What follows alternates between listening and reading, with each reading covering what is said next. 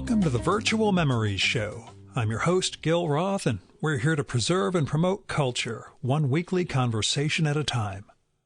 You can subscribe to the Virtual Memories Show through iTunes, Spotify, YouTube, Google Play, and a whole bunch of other venues.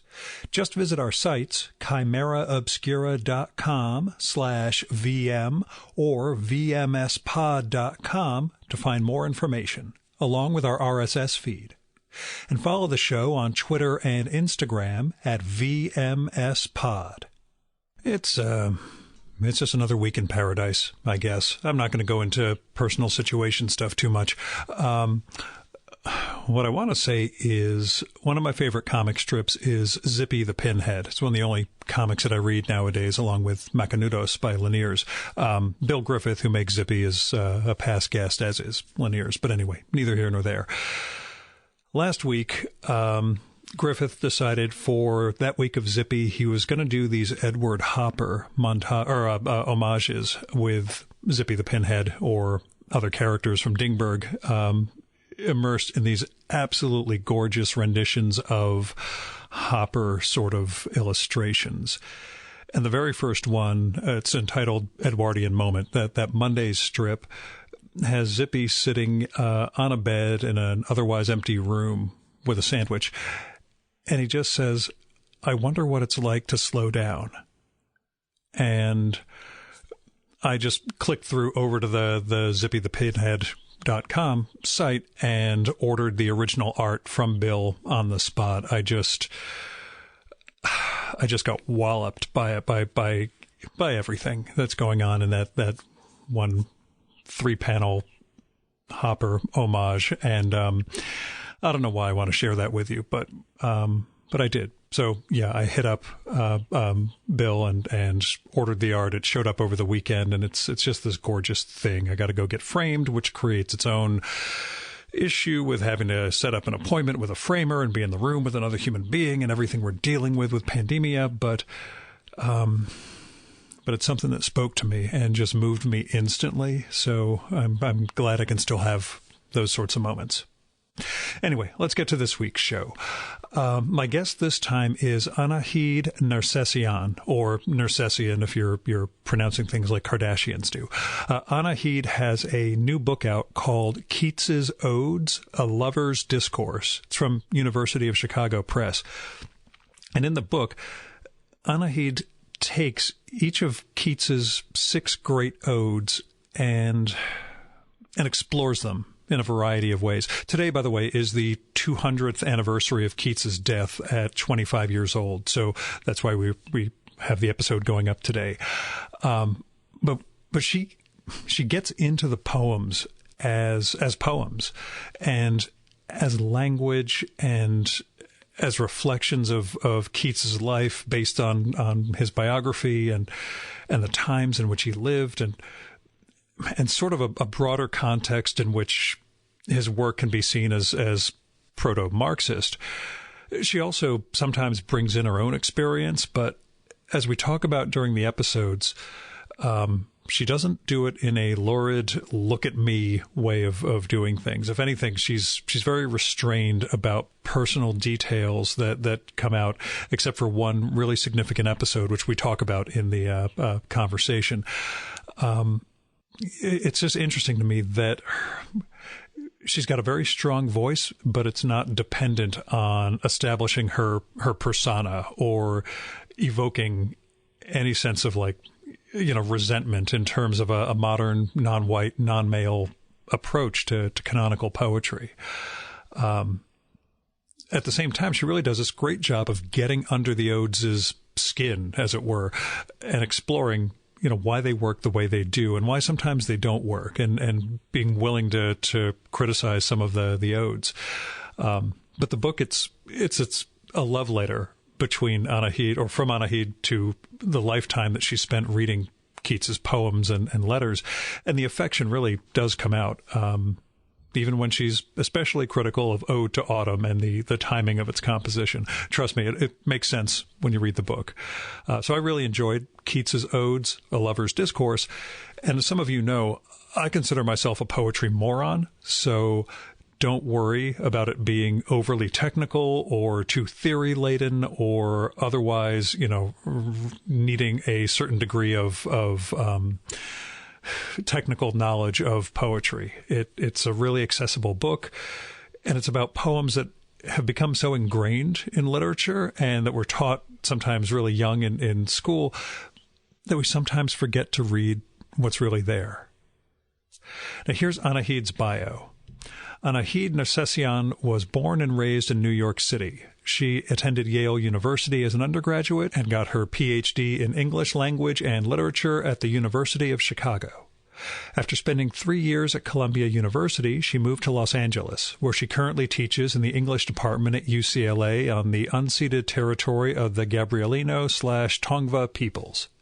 She is the author of 3 books, Keats's Odes, A Lover's Discourse, The Calamity Form on Poetry and Social Life, and Utopia Limited, Romanticism and Adjustment. And she has published widely in top scholarly journals, as well as in the Los Angeles Review of Books and Public Books. She also founded and co-edits the Thinking Literature series at the University of Chicago Press. And now, the Virtual Memories conversation with Anahid Nersessian.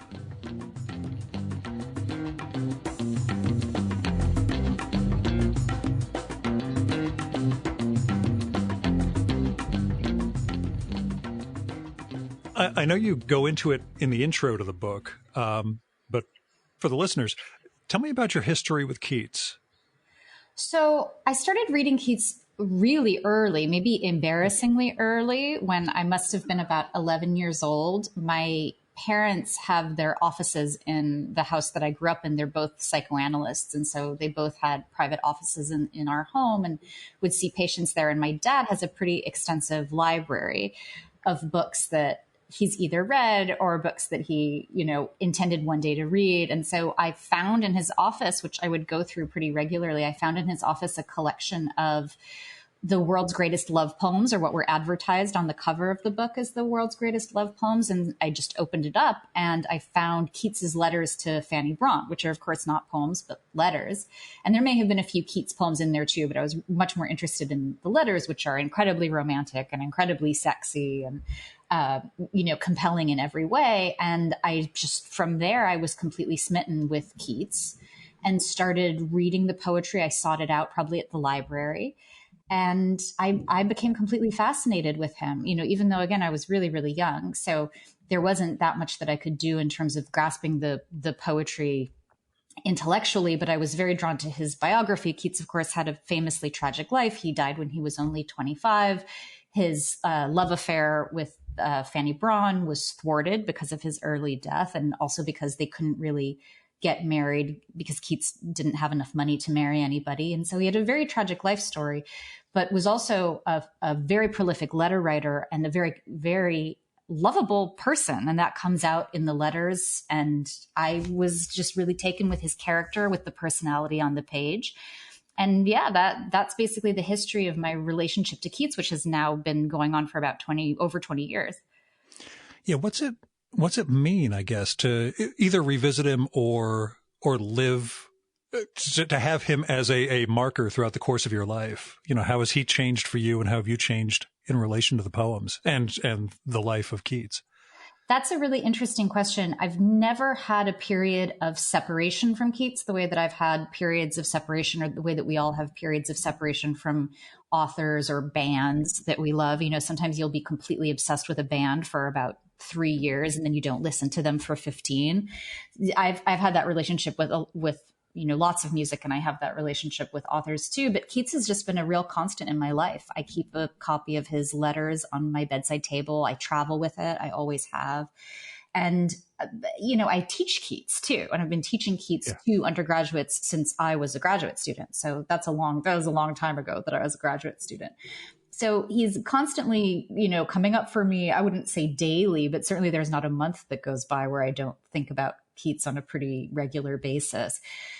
One of the things I talk about in the book is feeling as though I had a fairly naive relationship to English poetry and the poetry of the Western canon for, the sort of first part of my high school experience. And then when I got introduced to various kinds of criticism, like feminist criticism or Marxist criticism, I started to have a slightly more antipathetic relationship to that kind of literature, a slightly more I don't want to say hostile, but slightly more skeptical relationship to that literature and to my own relationship to it. So in that sense, I've gone through periods where I view Keats with slightly less rosy glasses. But, he's like, sort of my first love. And I think probably will be my last love too. How much did the understanding of his biography affect your understanding of the poems or your appreciation for them or your skepticism toward them? Well, there are a lot of people who would say that Keats's letters pull you in despite of the poetry. So even people that don't really like Keats's poetry have to admit that the letters are these extraordinary documents. I mean, Keats was very, very funny and an all-around kind of lovely human being. But like all of us, he had periods of extreme moodiness. He could be paranoid.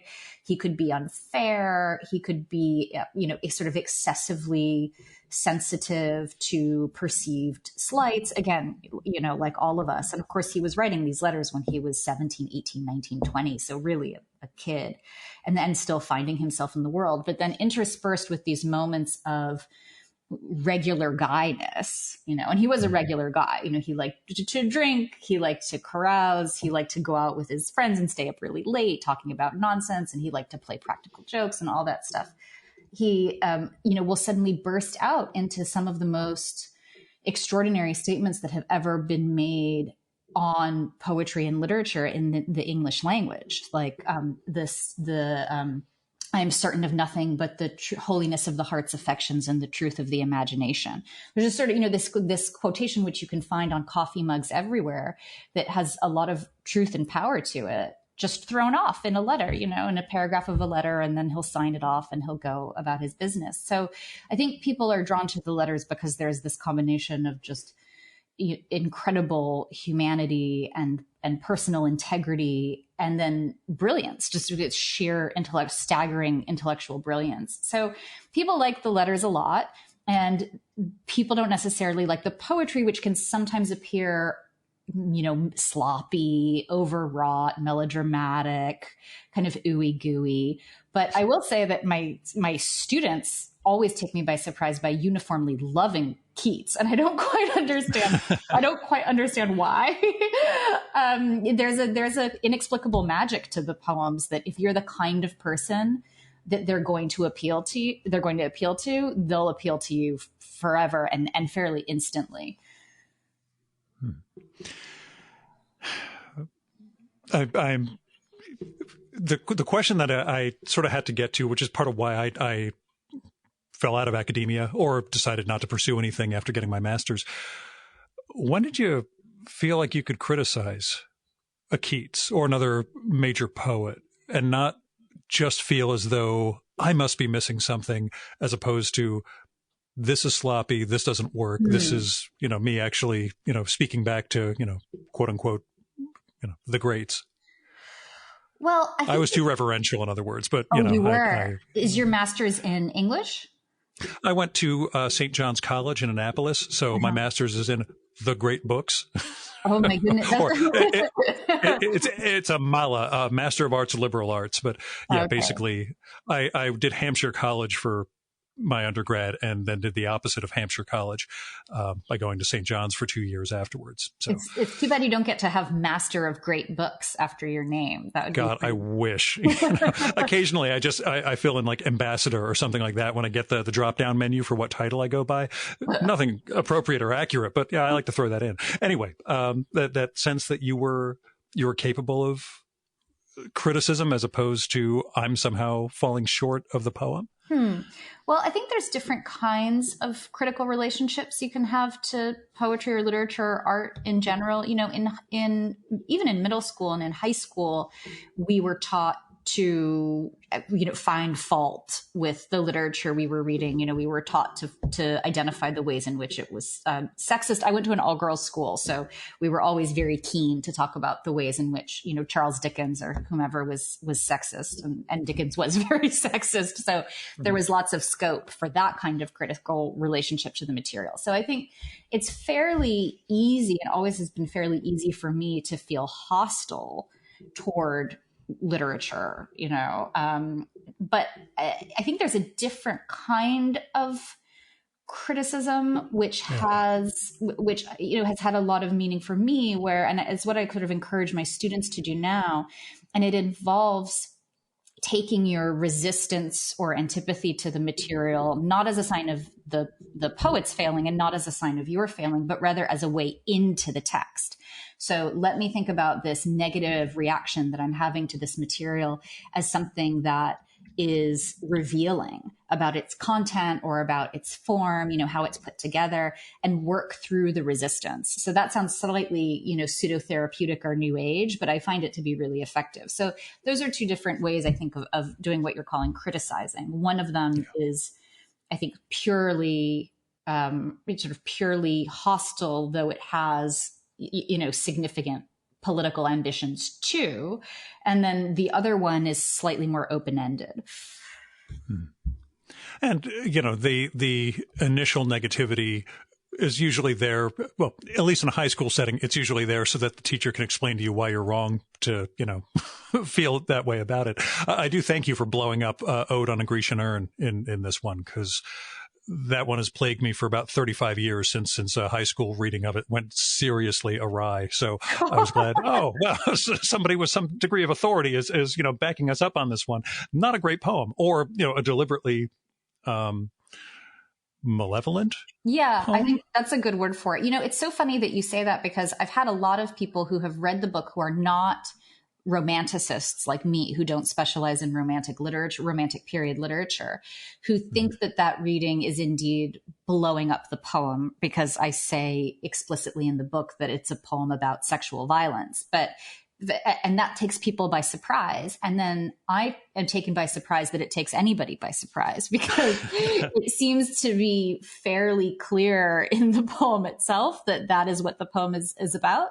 And for romanticists, so people who have been reading these poems for years, and more to the point, people who have been reading scholarship about these poems for years, everybody just takes that as a given, and people like, or, critics like Harold Bloom or Helen Vendler, who are, not people I would describe in any way as feminist or oriented towards themes of sexual or other kinds of violence, very clearly identify the poem as being about rape and assault.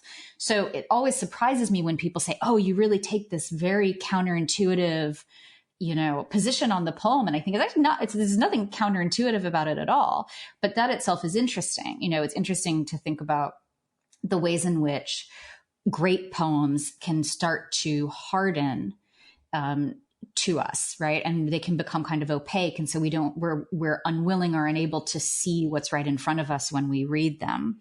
So if anything, I hope that my blowing up gives us an opportunity to not see the poem in a new way, but to see what's always been there all along. Yeah. Actually, getting back to something you mentioned earlier, both parents are psychoanalysts. A, do they make anything of your Keats centricity when you were a teen?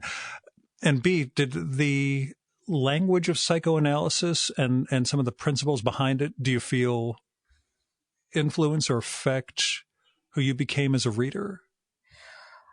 I think that to answer your second question, I think that they must have. Yeah. I think that they must have, although the kind of criticism that I have done in the past and in my first two academic books is not psychoanalytic in the slightest.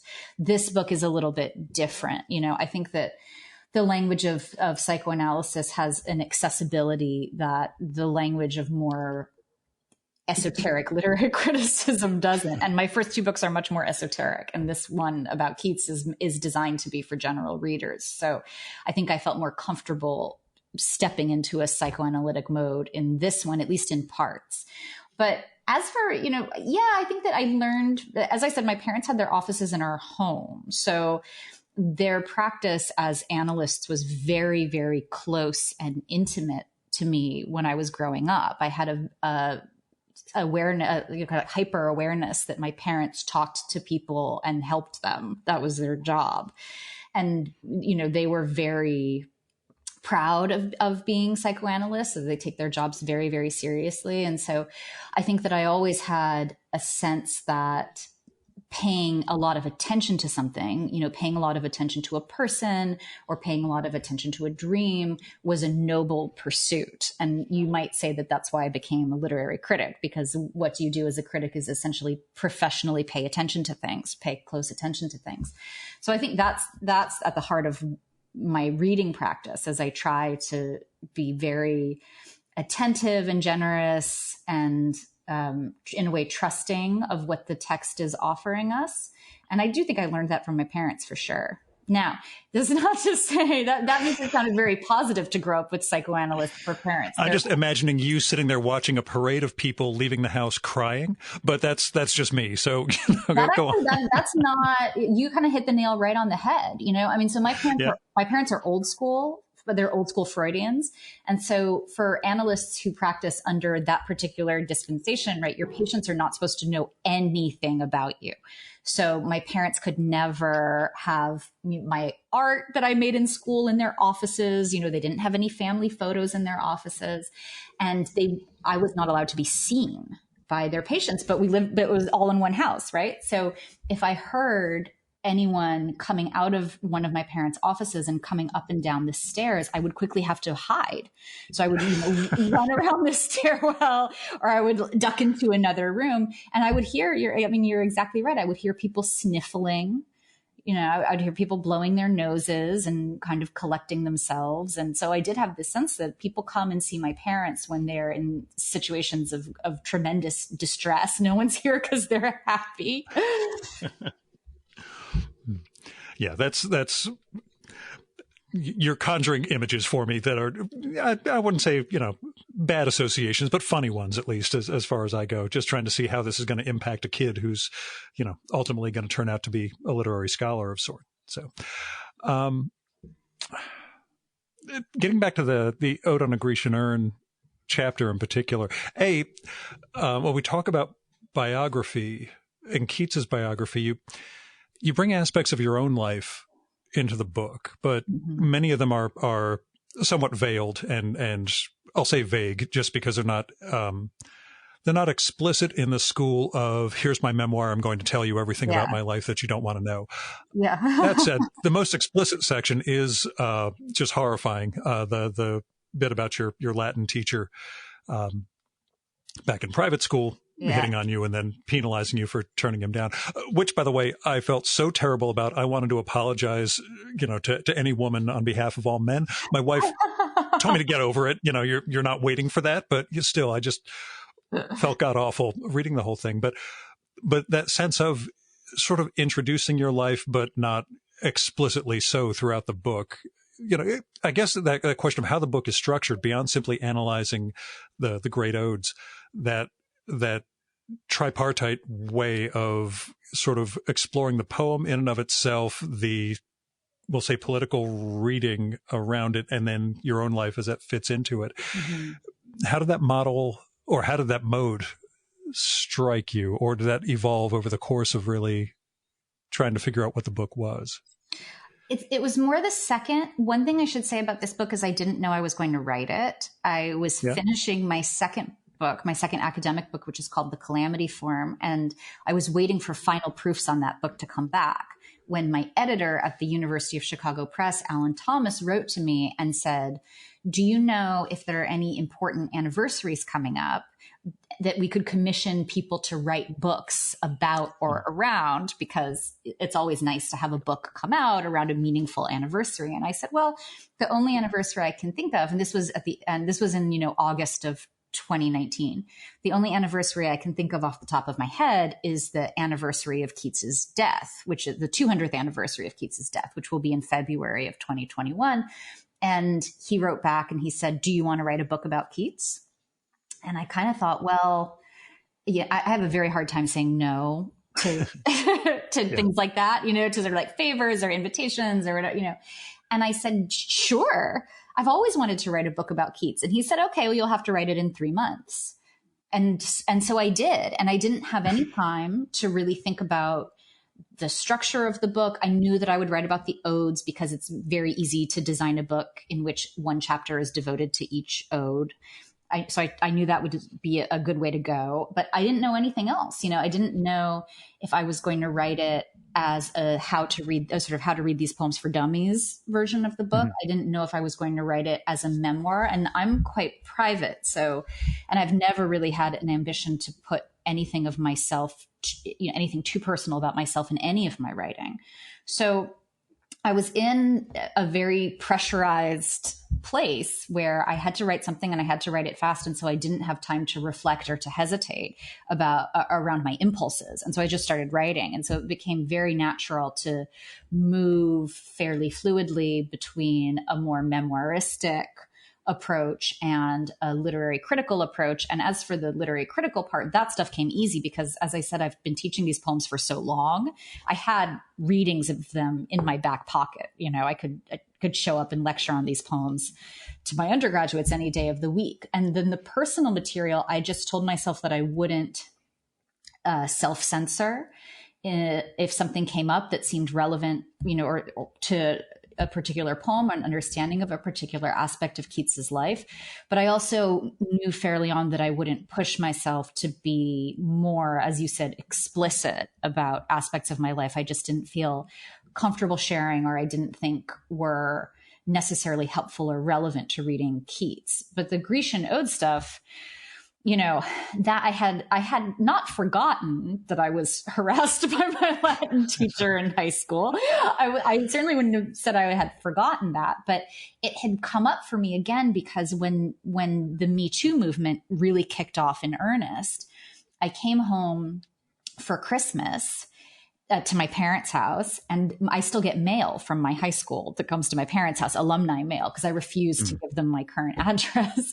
So it goes to my parents' house, and they had sent, the school had sent all its alumni a letter saying, we're very cognizant of the Me Too movement, and we understand that there may be things that have happened at the school in the past, and so we have enlisted a law firm to, essentially like take depositions or to investigate any stories or any experiences that you might have had. And I kind of thought, well, should I contact these people and say, okay, like this thing happened and what would be the point of that? This is clearly something the school is only doing to cover its own ass. They're not doing it to help anybody or, to facilitate any kind of, healing or reparation or whatever. I mean, I knew that going in, and I just thought, what the hell, right? I'll talk to these lawyers. I'll tell them this story. And I did.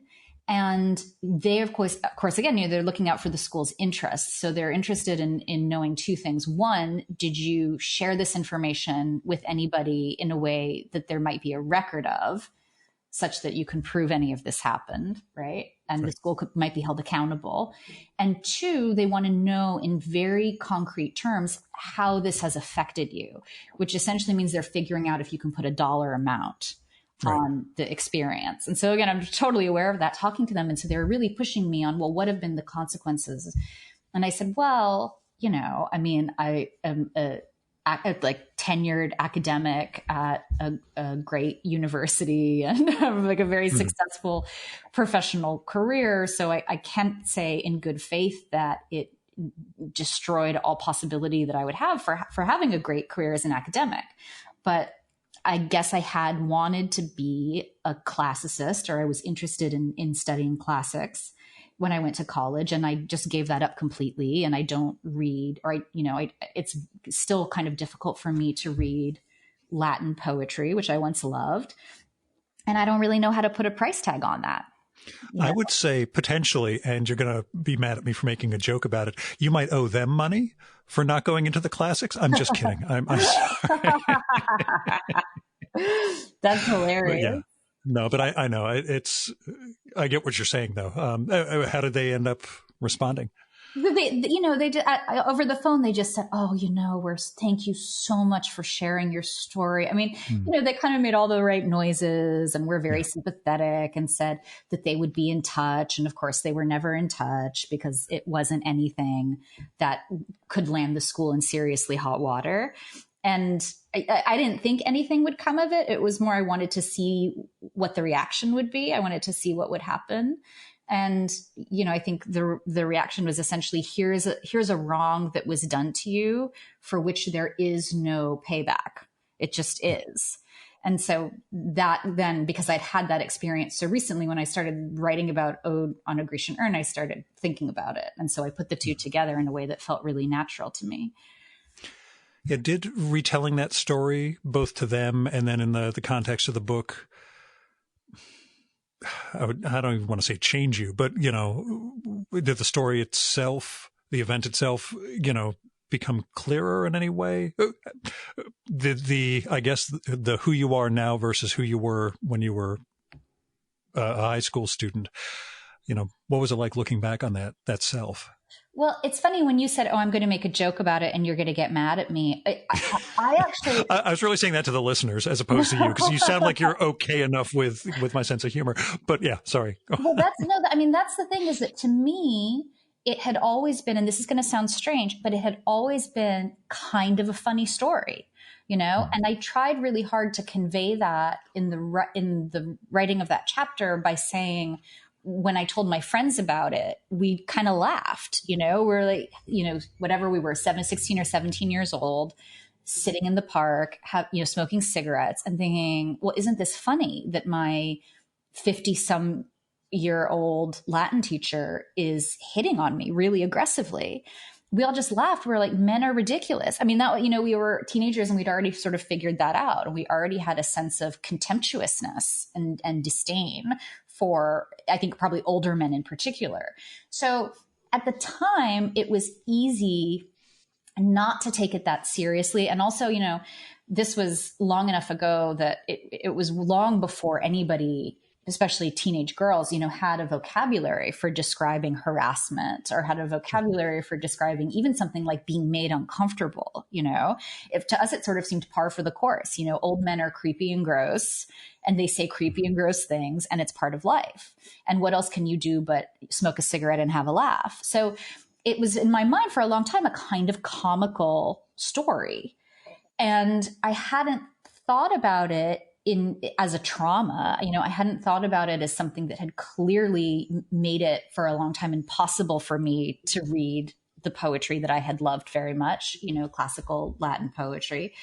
And then as I got older, I would tell other stories that are kind of like that in my life. And I had a therapist once who said to me, after I told some, kind of horrible story, she said, you tell this story as if it's funny, but it's actually really upsetting.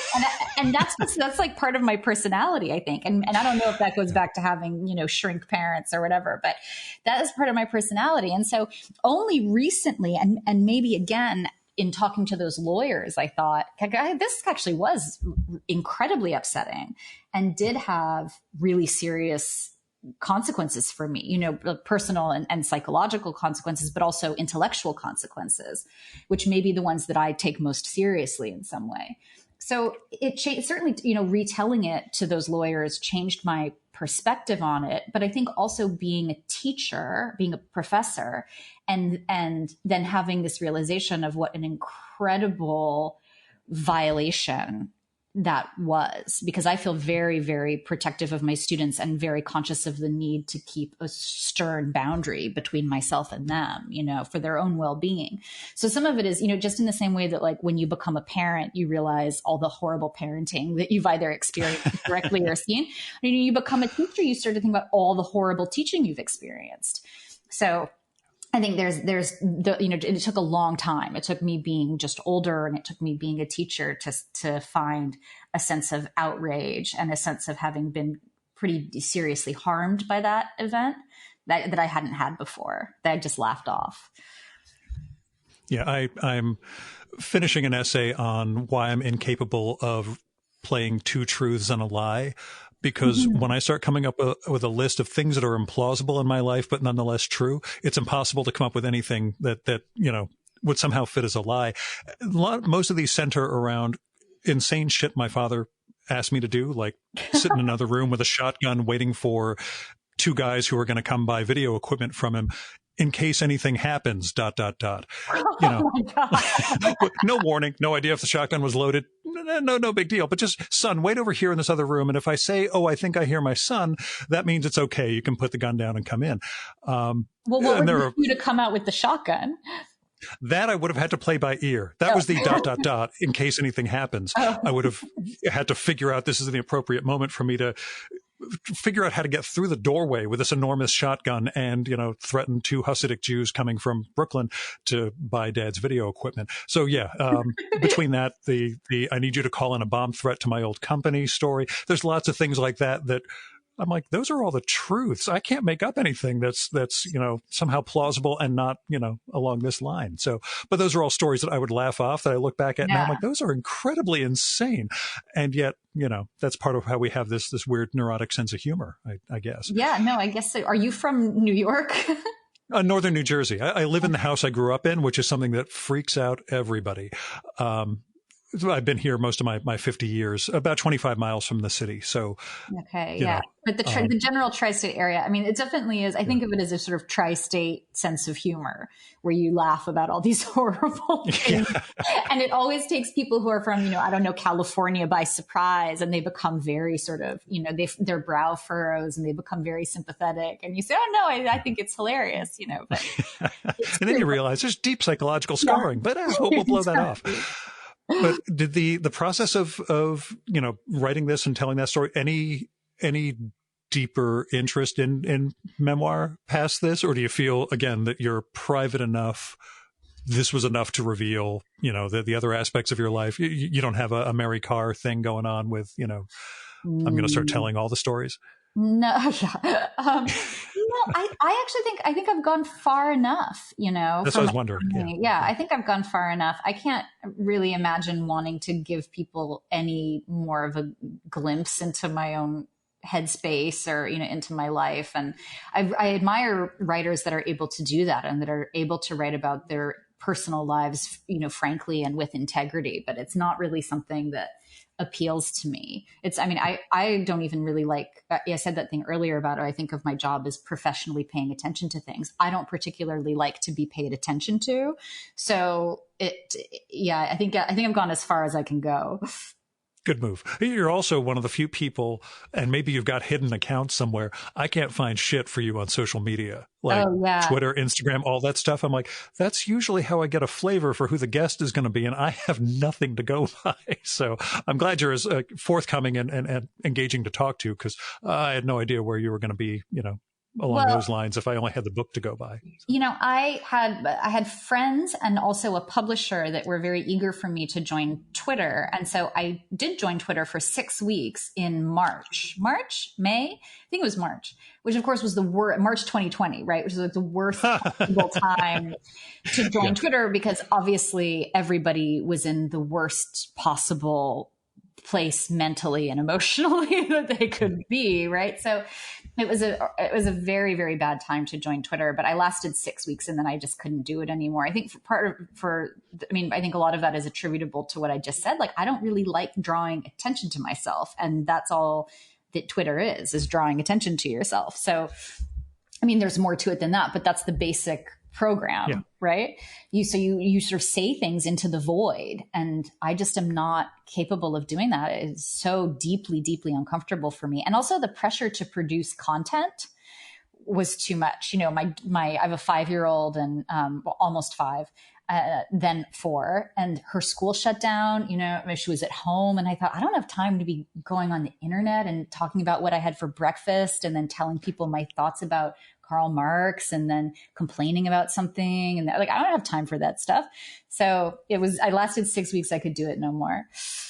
I appreciate that. That's, I limit some of that. I blew up Facebook years and years ago because basically, a variety of reasons. But I get the not wanting to leave a trace. You're doing a great job of speaking into the void now, by the way. So I appreciate you making the time and effort because, like I said, I couldn't find an interview with you or anything. So this I'm sort of the void. You're here. No. This is just like talking on the phone. This is not the void. Yeah. Twitter is definitely the void. Before the pandemic, I only did these in person, and doing so for you, this it feels like the void.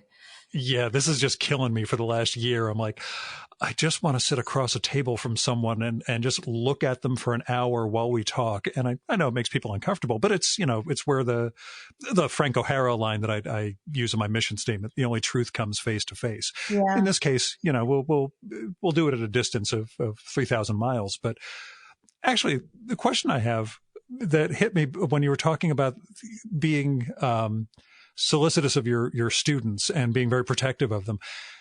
How have students changed over the years that you've been teaching, both as a graduate student and as a professor?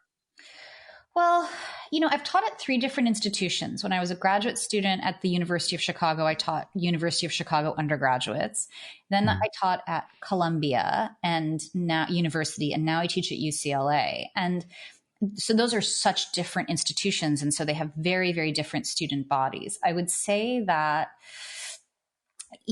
obviously social media and how plugged in the students are has only become more and more of a default mode. When I had undergraduates at the University of Chicago, no one had a laptop in class. Many of them still had flip phones, and there was no sense that they were extremely online, to use a contemporary expression, right? Now, I think I have a slight uphill battle in trying to get students to unplug and focus on 18th and 19th century literature, or literature that's even older than that. But I will say that the students at UCLA are incredibly game, and you can talk to them about anything and they will give their all to it. And they're very, very enthusiastic and open. And so I don't necessarily think that their minds are being deformed by social media the way that some commentators would have us believe. I think that they strike me as very humane, generous people. So I don't know if they've changed. I don't know if the students have changed that demonstrably to me, but certainly the world around them has changed, and just the pressures on them are so huge. And particularly the students at UCLA have pressures on them that are significant. It's a large public university. It's a very different population from, say, Columbia. So I don't think that they've changed so much. I think maybe I'm trying to think if I've changed, and I think that I have less. I certainly have less anxiety about teaching. I think that just in the last couple of years, I became more confident showing up and talking than I had been before. I thought to myself at a certain point, I just know this stuff. So if I forget my notes one day or the slideshow doesn't work, it's going to be fine because I actually know what I'm talking about to a certain extent, enough that I could share it for 40 minutes. And obviously when I was a new graduate student teacher, I probably over prepared for class. But the students, I don't know if they've changed so much. I love teaching. So I have only good things to say about my students. Cool. Yeah, I just wasn't sure if there's, any sort of evolution or in terms of what they're looking for or getting out of a class like yours or the literature, the poetry. I will say I feel the same way on Tuesday, I have to give a presentation for my day job. I run a pharmaceutical industry trade association and have to sit down with. Yeah, it's so different than what I do here. And it's why we're doing this on a Saturday.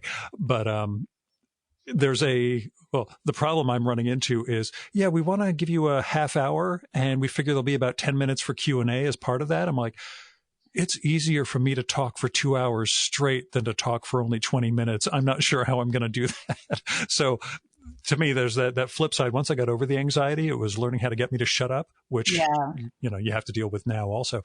But that degree of reps, I guess, once you get accustomed to teaching, not shortchanging them or not doing it by rote, but, that sense of I understand the material and I can convey this to students and work with them. That's, again, an admirable change as opposed to the, another semester, another batch of kids, that sort of thing. Yeah. So where'd your Marxism and feminism originate? From, you know, it's so funny. I was just talking about this last night. I had a incredible history teacher in 7th grade. And then I think she was also like my 8th, 9th, 11th, and 12th grade history teacher, a woman named Sue Leonard, who anyone who went to the school that I went to will know Miss Leonard very well. And she was a out and proud socialist, and had us read the Communist Manifesto when we were in 7th grade. She had us read it out loud, paragraph by paragraph, in funny voices, because she said, it's easier sometimes to approach difficult material if you read it in a funny voice. And I actually don't think that's true at all. But so she had us, you know, all adopt like French accents. I will, just as an aside, I will say I used to work in trade magazines, writing business to business magazine articles. And I always found if I ever got stuck on anything, just start talking like the Simpsons character, Troy McClure, and write down whatever you say. And that will end up being the next paragraph, and you'll break, you know, your problem with whatever you were stuck on. But anyway, sorry, go on. So Ms. Leonard, so she had us read the Communist Manifesto, and also in 7th grade, so we're, you know, 13 or whatever we were. Yeah. She introduced us to the idea of class. She introduced us to the idea of income inequality, you know, and she introduced us to the notion that the world was economically stratified in a way that was far from inevitable and intensely destructive.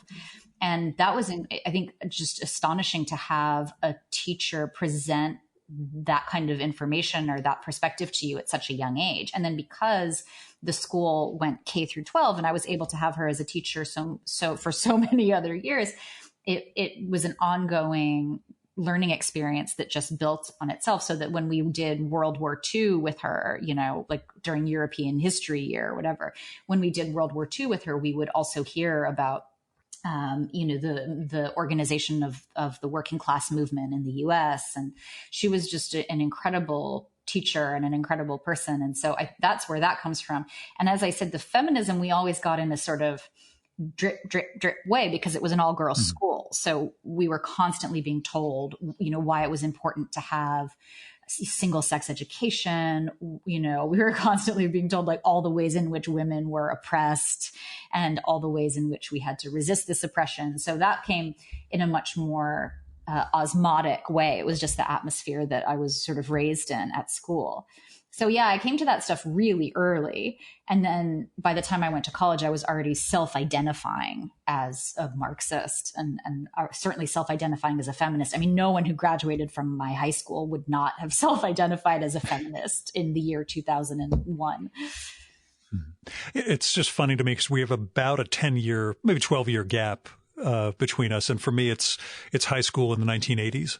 Mm-hmm. And it's, you know, while we do have feminism, it's very different, and suburban New Jersey as opposed to New York City. So yeah, everything is dependent on time in some respects. Although I'm recording with Vivian Gornick in a couple of weeks, and that her longstanding history with feminism, I figure, should make for an entertaining conversation. Just how it's changed for her over decades and decades of the various ways and interpretations, and you know the ways we see it over, well, God, for her, it's from the 50s onwards. So, yeah, it's funny. I talk about this with my best friend. We get the alumni magazines from our respective schools. We didn't go to the same school, but, and in the alumni magazines, there's this really interesting phenomenon where all the alums who graduated in the 1980s, kind of right through the middle of the 1990s, all continue to go by their maiden names. And then after the 21st century, there's suddenly this turn where more and more women are taking the names of their partners, in particular their male partners. And I'm always so struck by that. It's such an interesting cultural shift from feeling as though it would be absolutely anathema if you identified as a feminist to change your last name upon marriage, to feeling as though maybe that was something that you would do and it actually wouldn't be a meaningful comment on your politics. So, and I'm kind of agnostic about it. I kind of think people can do what they want with their last names, but it's a demonstrable shift Yeah. And I guess, that might also just be I don't want to say just, the 80s are much closer to the 70s when that wave first hits, and it might still be, a aftershock or an echo of what that sentiment was like and how it works out in society. So tying Keats into Marx. Yeah, it's funny. Some people are very resistant to that aspect of the book, but Keats and Marx, had Keats not died at the age of 25, Keats and Marx would have been contemporaries. And for all I know, they would have been walking around Hampstead Heath together when Marx was living in the UK. So it's a strange thing for people to feel resistant to, because they really are contemporaries. And the climate, or the situation that Marx is commenting upon, is the situation of the late 18th and early 19th century. It's the transformation of England and Europe into industrialized economies. So that's also the situation that Keats is commenting on in a lot of his poems, particularly this one poem called Isabella, which is a very, very strange poem. The action of the poem revolves around a severed head in a pot. So I highly recommend it. It's very, very ghoulish. And Marx's writing is also quite ghoulish, particularly in Capital. There's a lot of, not severed heads, but there are a lot of disembodied hands and brains and other kinds of body parts, and all strewn all over Capital. So they actually share a very, very similar sense of theater. They share a similar taste for the grotesque, just as writers, but then they also share a historical moment, and they share a concern about what was happening during that historical moment that puts them very much on the same team, I think. But the idea of comparing Keats and Marx didn't originate with me. I got it from George Bernard Shaw, who of course wrote Pygmalion and Major Barbara and a number of other plays. And George Bernard Shaw said that about Keats 100 years ago. He said if Keats had lived, he would have become a revolutionary. And there are parts of Keats's writing that would not be out of place in Das Kapital. And so when I read that in Shaw, I thought, well, that's a thought that had never necessarily occurred to me before. Although there's certainly a lot of, and has been for some time, Marxist literary criticism about Keats, just like there's Marxist literary criticism about everybody, Shakespeare, Chaucer, whatever. So hey, I went to Hampshire. You don't have to tell me that. I'm just kidding. Go on. Right.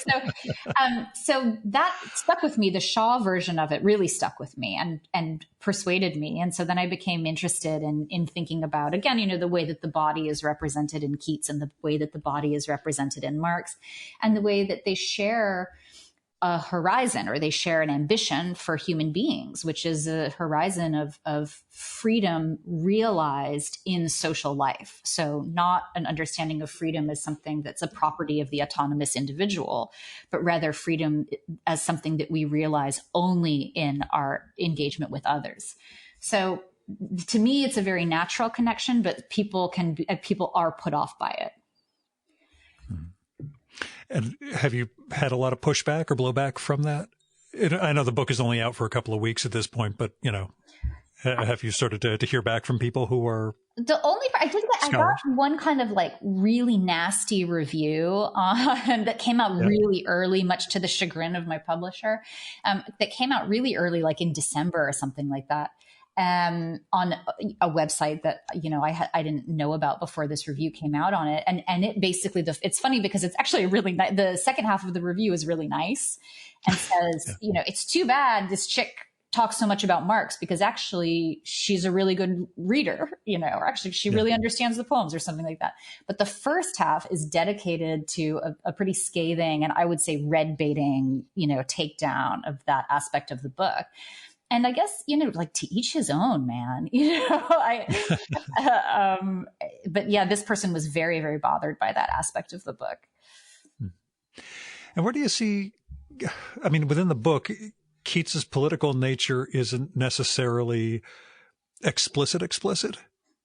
There are ways that talk about it if you could, like how it's conveyed. Sure. This is a little like insider baseball, but in the Romantic period, literary culture and the world of what we would now call belles lettres, or something like that, was intensely partisan and politicized. So, we think that our public world of arts is really politicized. Like, you should have seen the Regency period. I mean, at one point, the editor of a journal called the London Magazine was involved in a duel with somebody who was representing the editor of a conservative journal. The London Magazine was a kind of progressive journal, and he got involved in a spat with the editor of a much more conservative journal, and that editor sent a deputy of his to duel this guy, right? And the editor of the more progressive paper, a man named John Scott, died in that duel.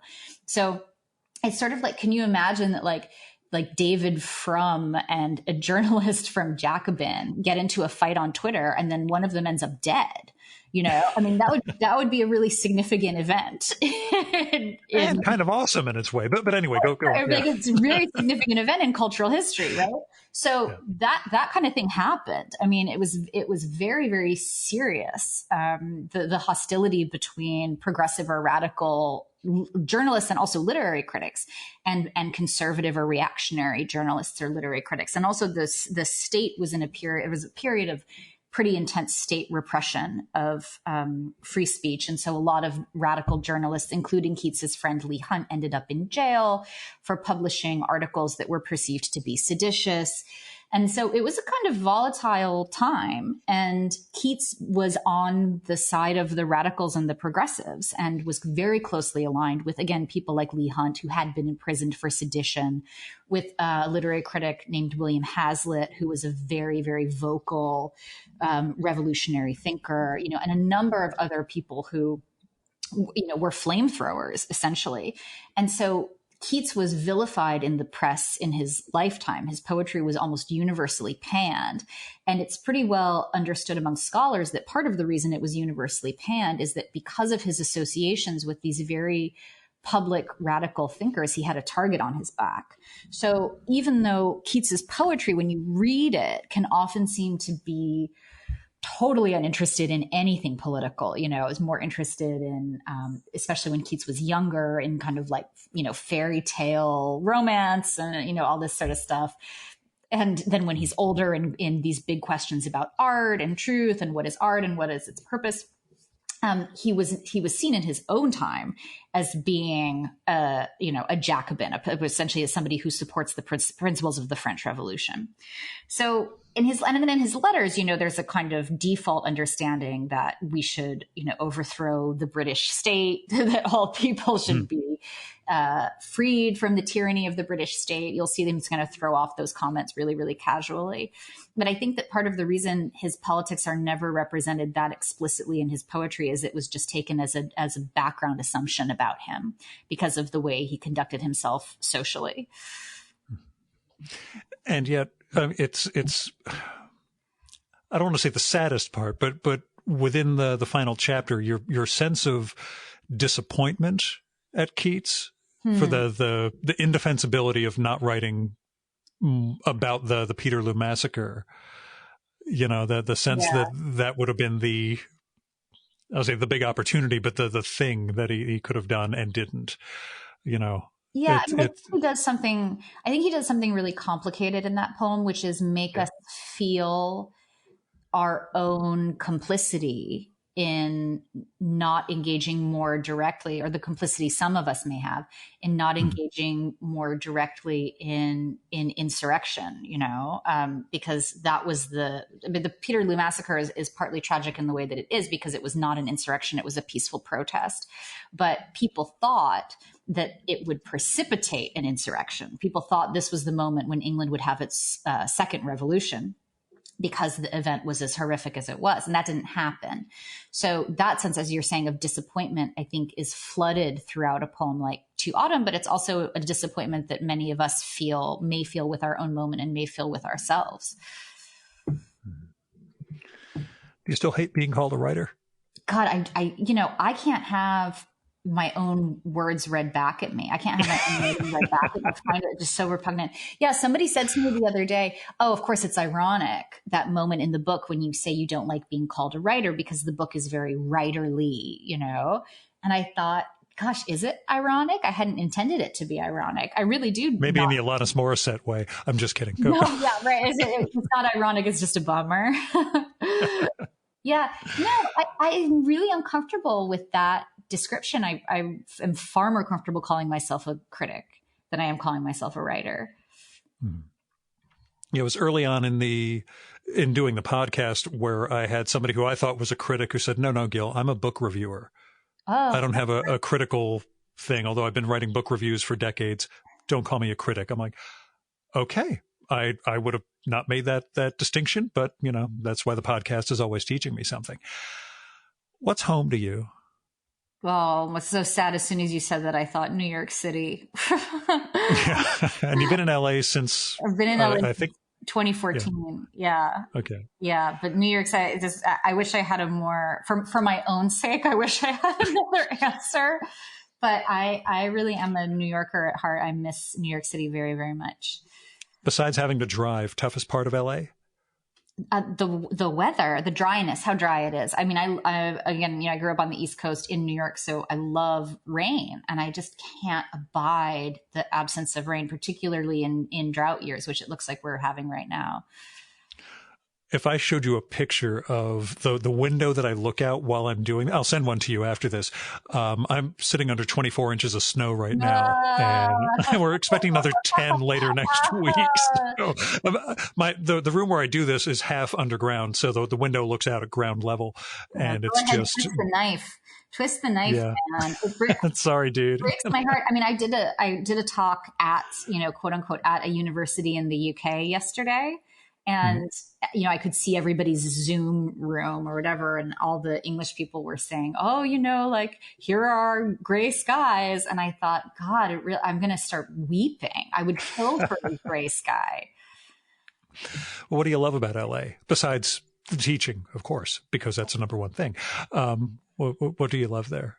I love the food. The food in LA is fantastic. And I love that, and this has been true, especially during the pandemic, is just the accessibility of outdoor space, So the fact that I, haven't had to spend any days. My daughter's actually now back in school. Her school is open. Okay.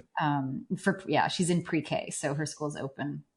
I love that I didn't have many days where I had to stay inside with her because it was too cold to go out. So when her school shut down in March, we would go to Malibu. We would drive to Malibu several days a week and play on the beach. And it was great to be able to have her outside and getting fresh air and getting her energy out. So that's what I would say I love about LA.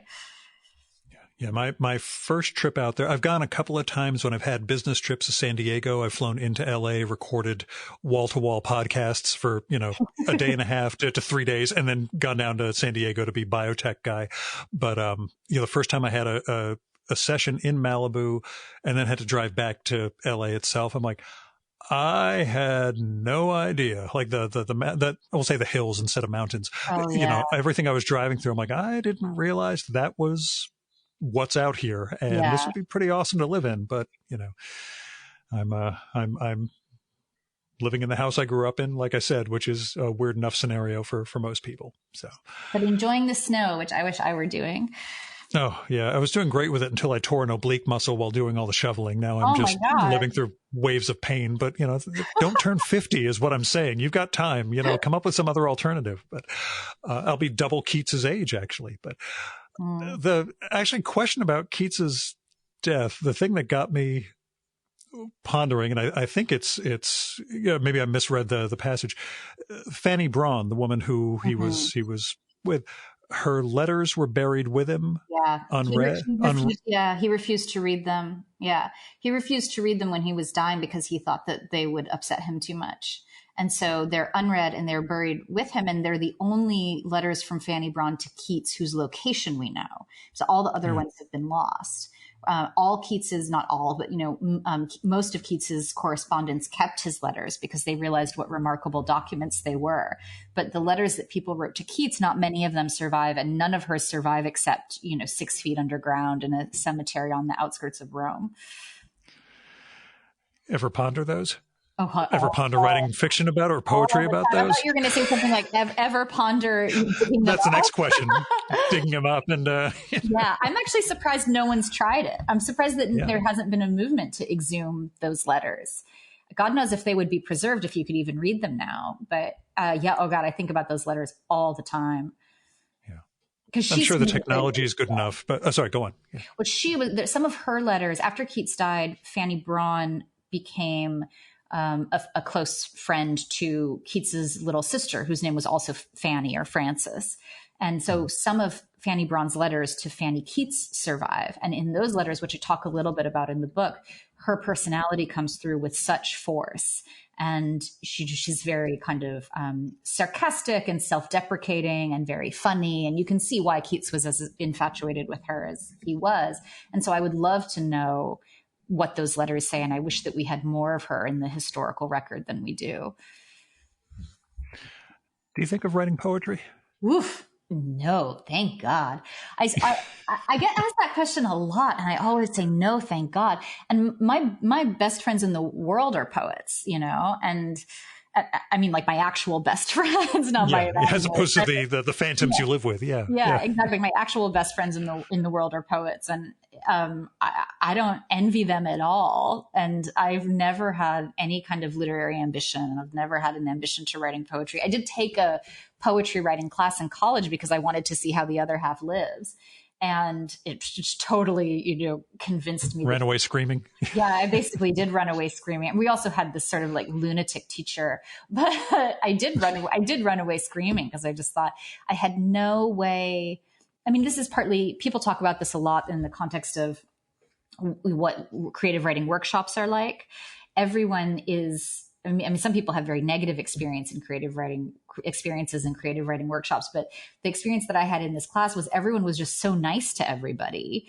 And everyone seemed to like everybody's poetry so much that at a certain point you thought, well, do we have standards? I mean, what's the metric for a good poem? We're just sort of sit around complimenting each other for 3 hours every Friday morning.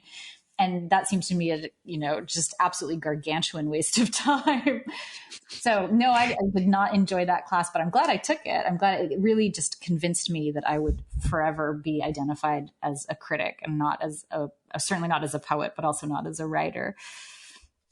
That works. And the A for effort school of this stuff. Yeah, I've always held that in disdain. I figure anyone who tells me something bad about my writing, I trust. Anyone who actually says, I really like this piece of yours, I never listen to anything they say ever again, which, self-deprecating neurosis, but, nonetheless accurate. So. You and I come from the same school because I have the same relationship to having other people read my work. When I was finishing the Keats book, I sent it to a small handful of friends. And I very deliberately sent it to one of my friends who is himself a poet, knowing that he would rake me over the coals, So let's say of the 5 people I sent it to, 4 said, well, this is great. And, thank you so much for letting me read it, which is not to knock those friends who I love very much too. And then my friend Anthony, who just, would send me like an email when he finished each chapter telling me how terrible it was and what a bad person I was and giving me a really hard time. And that was, to be honest, that was the best feedback I got on the book, so I like it when people don't pull punches. That's what I want. Awesome. I'll send you something of mine so you can vilify me for it and lose any respect you may have had. Yeah. Well, I'm not good at doing that. I'm not good at tearing other people apart, but I do like personally being given a very hard time about my writing. Yeah, in the same way. It's it was interesting. I like the way you did X, Y, or Z as opposed to tearing people to pieces. I had one guest last year whose book I absolutely hated, and I just had to avoid that and just kind of talk about other things. Don't think it's you, because we've actually talked Keats and the major themes going on in your work too. I enjoyed this, but actually that's a question. I wasn't sure if I could bring it up because, privacy issues, et cetera, but you mentioned your kid, being about 5. Yep. Would you let your kid read Keats's letters at the age of 11? And are there other things that you're like, maybe this is too young for certain books? Gosh, I was allowed to read and also watch pretty much anything when I was younger. And, it's funny because my parents would allow me to watch with them foreign films that included, nudity or whatever, right? Yeah. But the thing that my mom just absolutely abhorred was a show that some of your listeners will remember called Melrose Place. You're a 90s kid. I forgot. I am a 90s kid. It was a spinoff of Beverly Hills 90210. I think it was a spinoff. And it was just a, dumb, soapy show about wannabe actors in Los Angeles living in a little, apartment complex. And my mom just thought that show was absolutely beyond the pale. And she hated for me to watch it, but she never forbade me from watching it. She would just let it be known that she was very displeased if I wanted to watch it. But I was allowed to watch anything, and I was allowed to read anything. And my guess is that I'll probably give, my daughter the same free reign within reason. Yeah. I mean, I'm much more protective with her vis-a-vis violence, and images of violence than I don't think she's seen any nudity on television or anything. But the violence, I find more problematic than anything having to do with sex or whatever. Sure.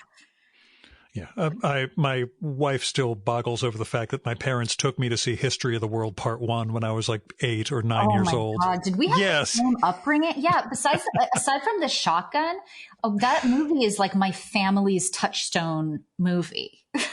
We had Mel Brooks throughout my childhood and life, and it was just, this is the great comedy. This is what you do.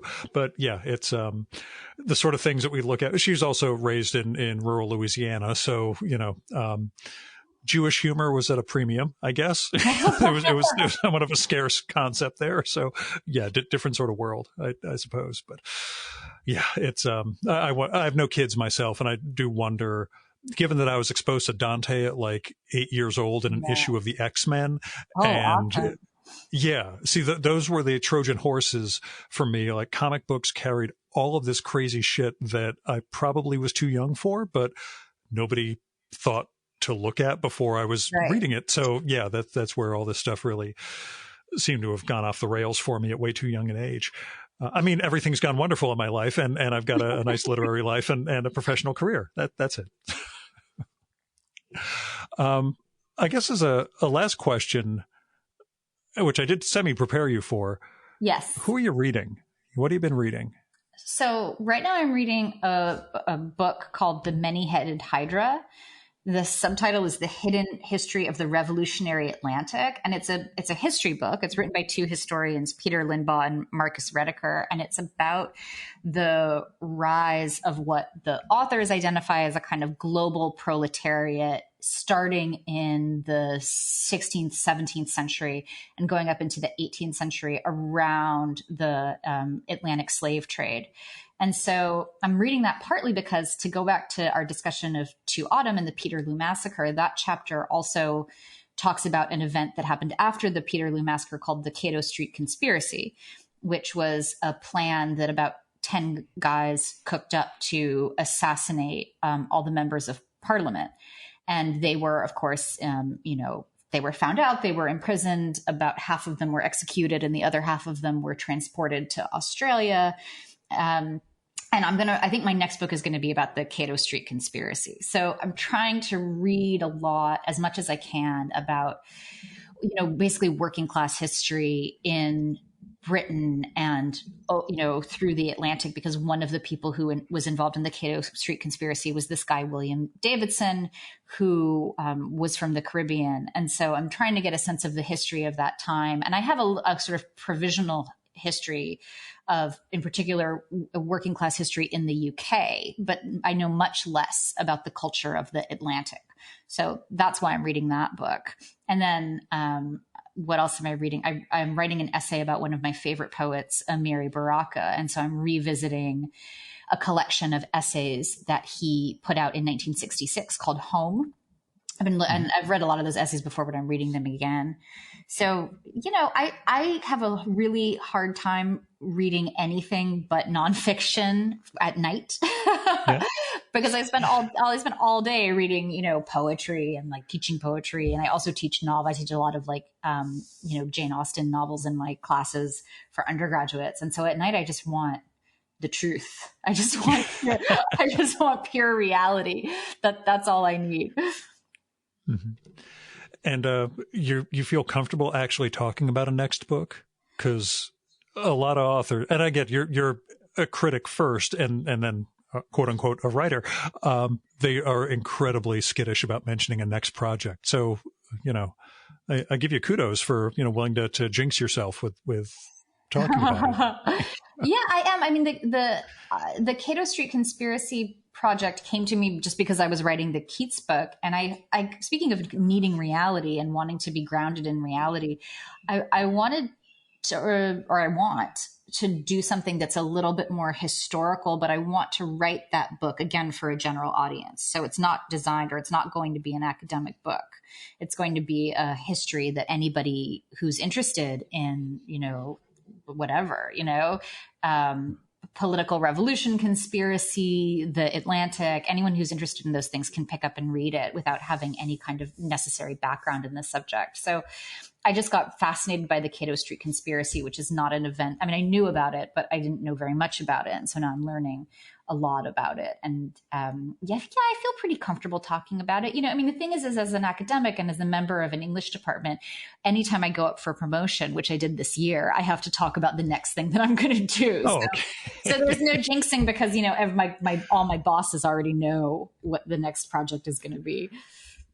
Yet another reason I'm happy I didn't go into academia. On the other hand, I'll tell you stuff off the air about some of the crazy shit I have to deal with. But for now, I do hope to get you on again when the book comes out, which I figure will be a while. But probably will. Cool. I was supposed to be. I got a research grant to go and do archival work in the UK for this project. Oops. And oops.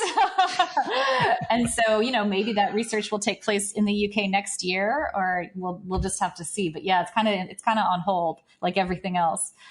Yeah, that's the stuff I'll tell you about off the air from the day job. But in the meantime, Anahid, thanks so much for coming on the show. Oh, thanks so much for having me. This was so much fun.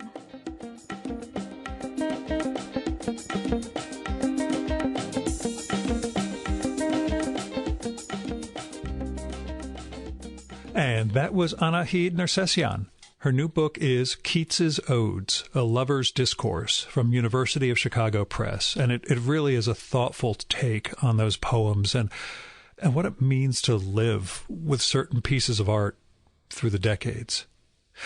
She has no social media presence whatsoever, which we talked about, and which I take as a sign of good mental health. She does have a website, which is her name, anahidnersessian.com, which I will spell out now. It'll be in the show and episode notes, so you don't have to write this down, but ANAHIDNERSESSIAN.com. Now, you can support the Virtual Memories Show by telling other people about it and by sending me postcards, letters, emails, or by leaving me a message on the Google Voice account I set up for the podcast, 973-869-9659. Just tell me what you like and don't like about the show and who you'd like to hear me record with, or what movie, TV show, book, music, whatever cultural artifact you think I should turn listeners on to. And if you've got money to spare, then don't give it to me. I hope you'll use it to support individuals and institutions in need.